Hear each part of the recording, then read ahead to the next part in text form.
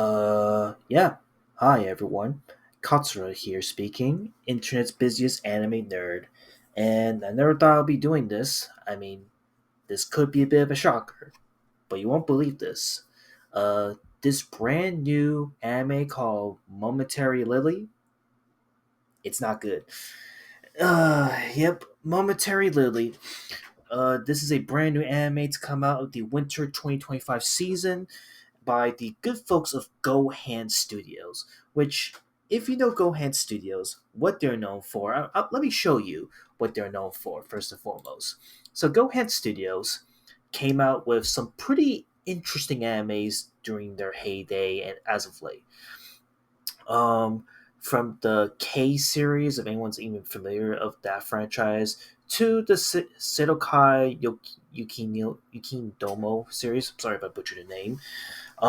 But they haven't been like really big into the anime world as everyone has known as of late.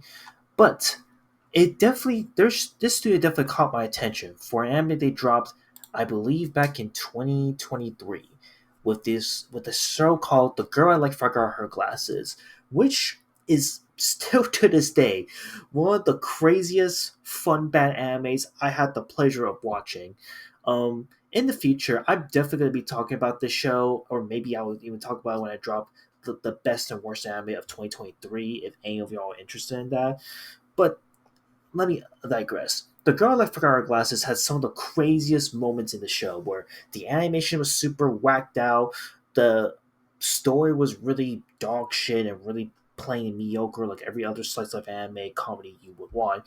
And overall, it had like all the qualities like a fun bad anime.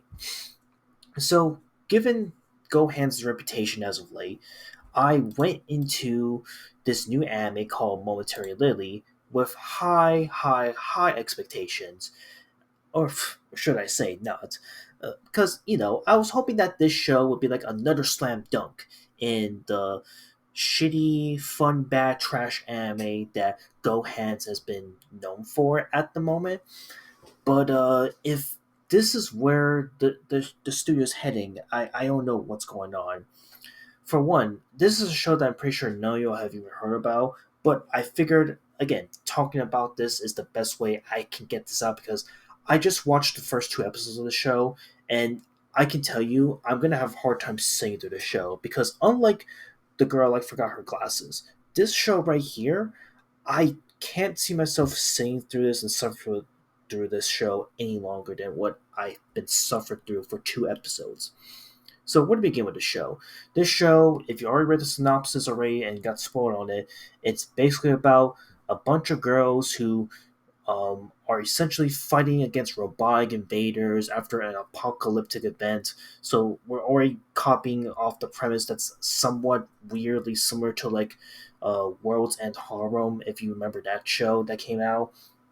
But then they're fighting against mecha, so it's already working off a lot of the mecha anime stuff that's already been out. That's done 20 times better.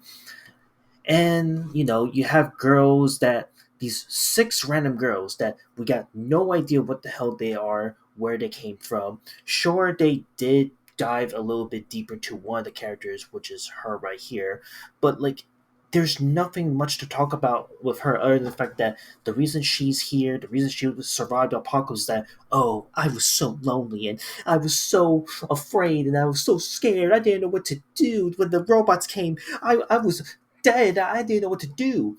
And here we go with like these five other characters here that originally it's kind of funny when you watch the first episode, and I say this with a straight face. When you watch the first episode in general, these five characters right here are literally like I thought they had like a really cool, interesting backstory, right? That goes into it. But no, it's just so over the place. All we get is just every character's personality that you pretty much can expect when you look at the characters' designs from the get go. I mean, for stars, you have this girl right here who you can tell, like, hey, she's wearing glasses, so she must be super freaking smart and really intelligent in the group. And then you have this girl right here where, oh yeah, she has black hair, she has glasses, so she must be super cool, but really frozen stiff and really powerful on the inside or something like that. Then you have this girl who's like clearly the outgoing, outspoken character of the show, and then of course you have this girl right here who's like the bustiest of the bunch and is acting all ditzy and dumb, but deep down she's super freaking powerful when her powers show. And then we have this, which honestly, I didn't even know they have a sixth character after rewatching the second episode, because holy shit, this is like she's more or less a background character. I don't know what to tell you. But anyway, this show is so freaking bad. It is so damn bad because, for starters, remember the animation chops that I was talking about from the girl like forgot her glasses? It carries over to Momentary Lily, but it's somehow 20 times worse. So a lot of the moments where you get a lot of those weird perspective points that happen in the show actually appear in the show 90% of the time. Like, I don't even know where to start with this thing. From the way the characters sit down, from the way the characters run, from the way they're literally fighting or pulling out their weapons, it's so freaking nauseating. Like, this show was so freaking all over the place that I felt like I was getting motion sickness. It was so terrible. On top of that, the voice acting in the show, while it's decent at best, for some reason, whoever was mixing the show's voice acting and the music and other voice actors' dialogue, they're kind of overlaying with each other, which I never have seen in a while when it comes to a show of this caliber. And what's funny is that you could probably look at this show and be like, oh, wait, well, the animation's got to be good, right? Like, outside the weird perspective animations, like, what about the art style? Maybe the art style is actually really cool, really nice. No, the art style is about as generic as you would get. It's pretty one note, it's pretty mediocre as hell. This is the arts. I can tell you that if you look at this art style right here, you can pretty much pinpoint other big anime shows that you've already seen over the past couple of years. And finally, to kind of wrap up this shit show of these two episodes right here, the music on the show is so goddamn loud. Like, I could barely hear the voice actors' voices, like, talking when the show is speaking. I hear the music more than the voice actors talking to each other. It is that ridiculous.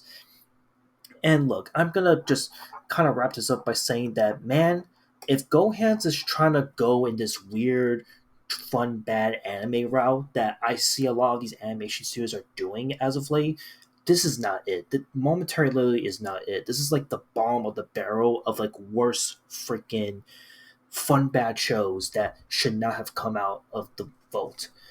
So yeah, while I do appreciate and commend that Gohands is trying to replicate the same success as the girl I forgot her glasses, they should change. They should have chose a different subject. They should have chose a different anime to adapt because this is not it.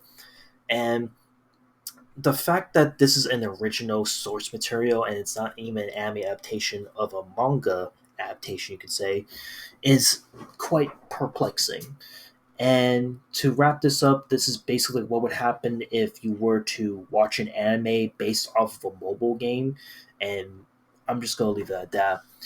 But yeah, Momentary Lily, um, it's not good. If I had to rate this show based off of these two episodes overall, I would probably give it a strong one to a late two. It's pretty terrible. I'm definitely dropping this.